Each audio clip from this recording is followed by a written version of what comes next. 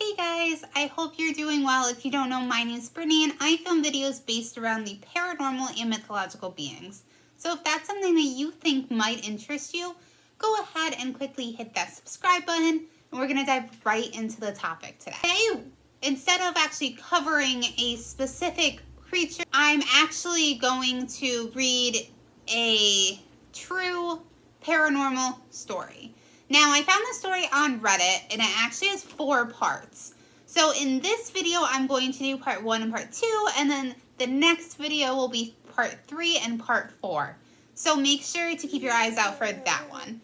Now, I didn't read this entire story because I wanted to read it with you guys.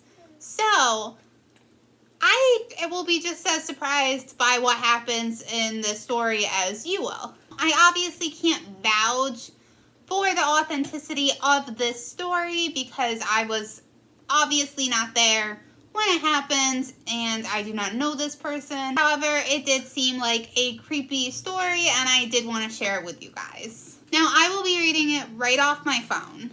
Now, the title of this story is, When I Was Younger, I was told I was never allowed to leave my room after 9 p.m.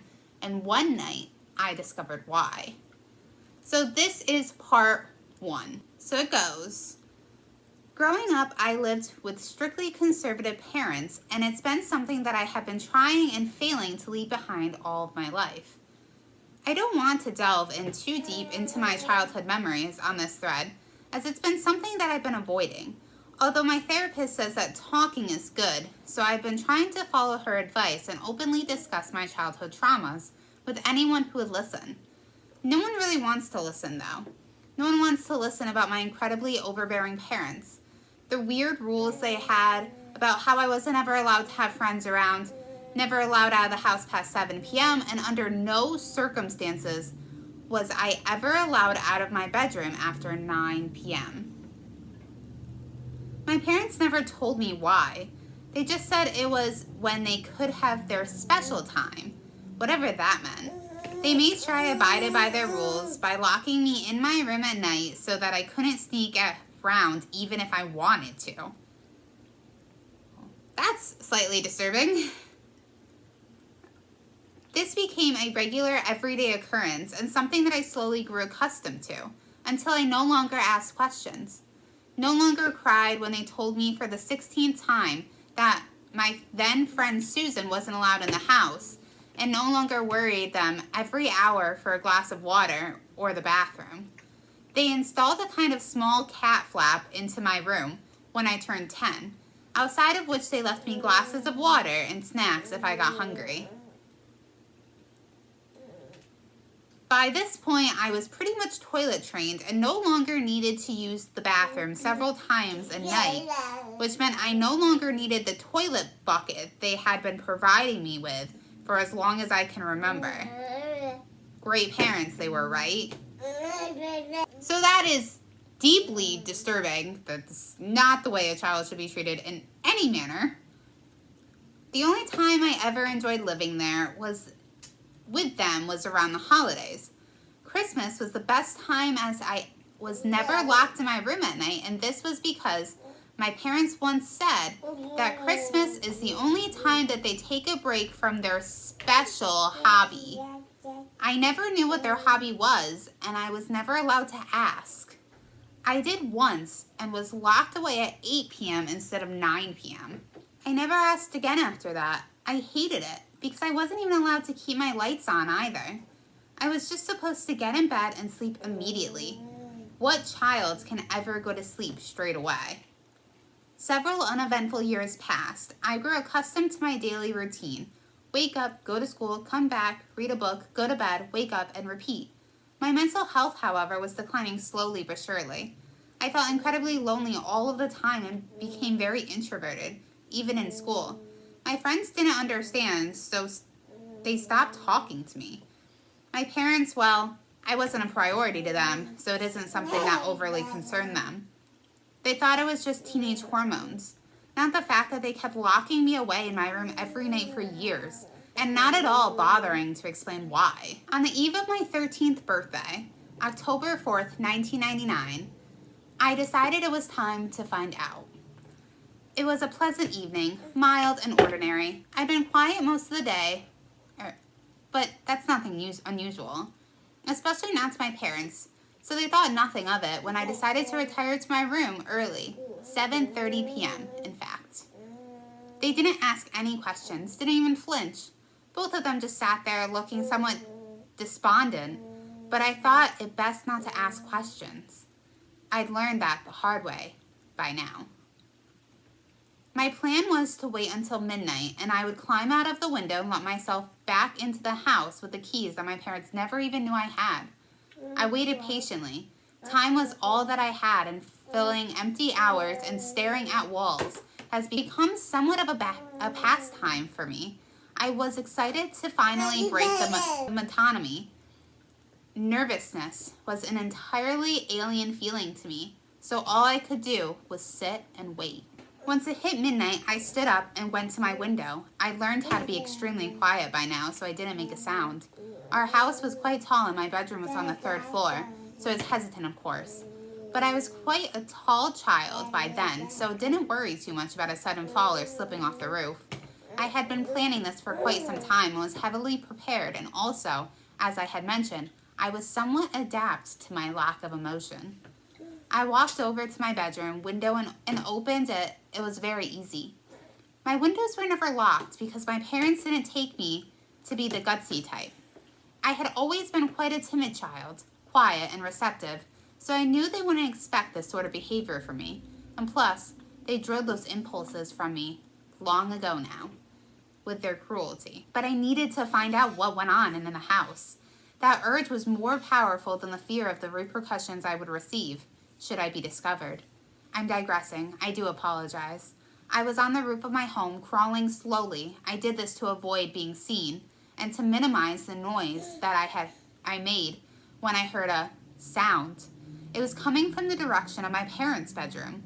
I was crawling past their window. Annoyingly, their curtains were shut, so I couldn't see anything.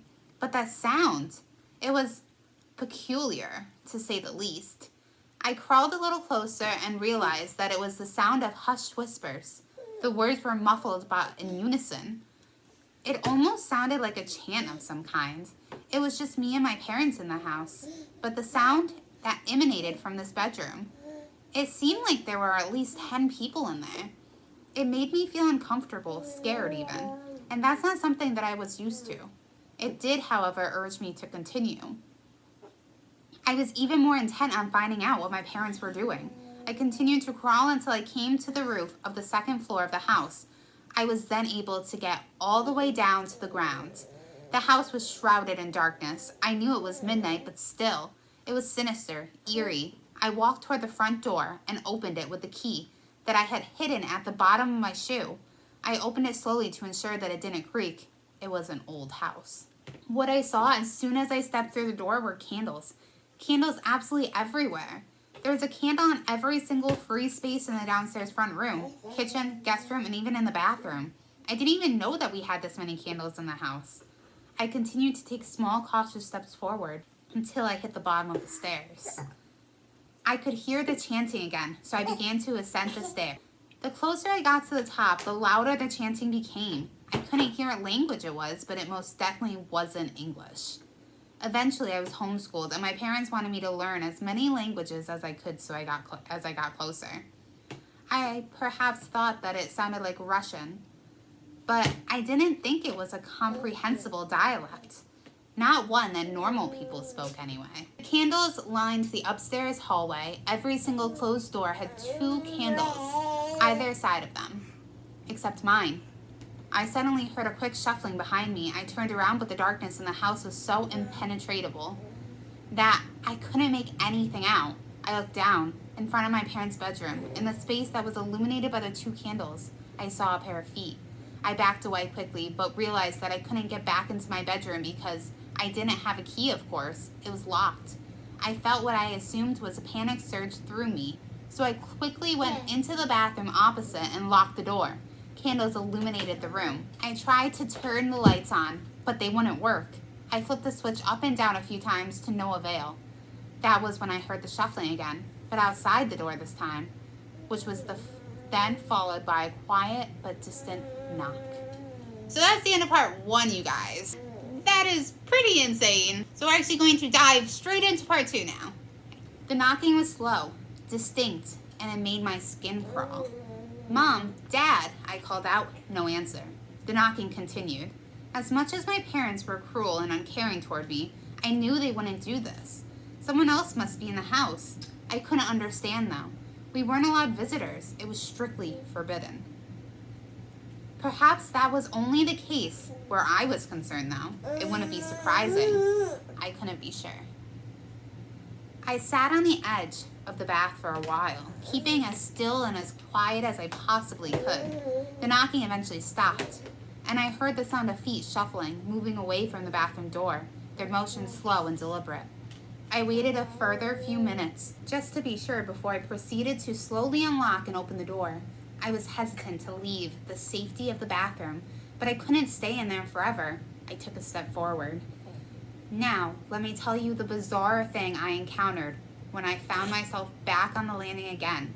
As I mentioned before, the candles lined all the doors. There was a candle on either side, candles all along the hallway, and all they did was illuminate the floor. Looking straight on, you couldn't see anything, as the darkness was so thick that the floors were visible. That's how I was able to see the feet in the first place, but not the body that they belonged to. I couldn't explain it. Something else happened that I couldn't fathom. Our landing suddenly looked different. Strange, in fact. I was beginning to feel fear. It was spreading through me like wildfire. The upstairs landing seemed infinite. It was a ridiculous notion, of course, but it really did seem like it went on forever. Candles lined it as far as I could see. I turned around and saw nothing. The stairs, the doors, and candles that lined them were all gone. "What is going on?" I whispered to no one, more to myself. It was then that I heard a cackle. It echoed around the whole place, got louder and louder until I felt like I could hear it in my head. It stopped as quickly as it started, and I uncovered my ears when I suddenly heard it again, but this time directly behind me. I didn't turn around. I just ran down the infinite hallway until I felt like I was far enough away to warrant stopping. There was nowhere to hide here. I had no choice but to continue walking, so I did just that.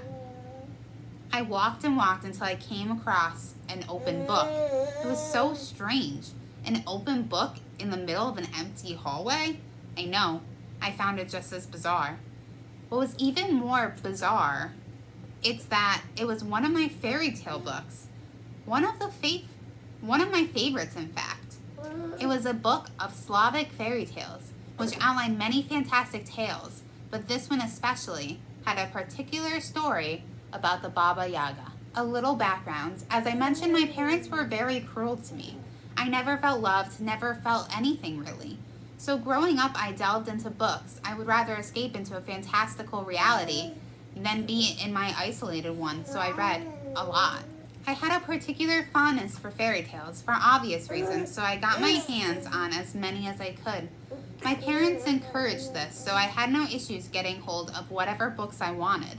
One Christmas, when my parents seized their special time, and I was no longer confined to my bedroom, albeit for a short while, they got me a present. It was something I didn't expect. They had never gotten me a gift in my life, not on Christmas and especially not for my birthday, so it was certainly out of character for them. The book was called Russian Fairy Tales, and it wasn't a book that I've ever heard of before, so as much as I was reserved about this gift, I took it gladly. And plus, I didn't want to seem ungrateful. Who knows what they would have done if I was. It was a fascinating read. It really was, although I won't say that it wasn't somewhat peculiar, especially the Baba Yaga story. So there was this book, my book, on the floor in the middle of the landing, surrounded by candles. It was open on the Baba Yaga story. The Baba Yaga was a folklore story as old as time itself, retold and remolded many times, as I discovered after reading the book. The essence of the story is that the Baba Yaga is an old woman, a witch they say, and she is known to be mistakenly summoned by lost travelers. She appears to them, first in their dreams, and then only at night. Another important aspect of the story is that she can be summoned to grant wishes, but at a price. The most common facet of the story is that she likes to harvest the souls of children. She cooks the children that she lures to her hut, deep in the woods, and she would first cook them in her large cooking pot before devouring their heart whilst it was still beating. Apparently, this was how she would harvest their souls. She was known to keep them alive for a while first, harvesting bits of their flesh.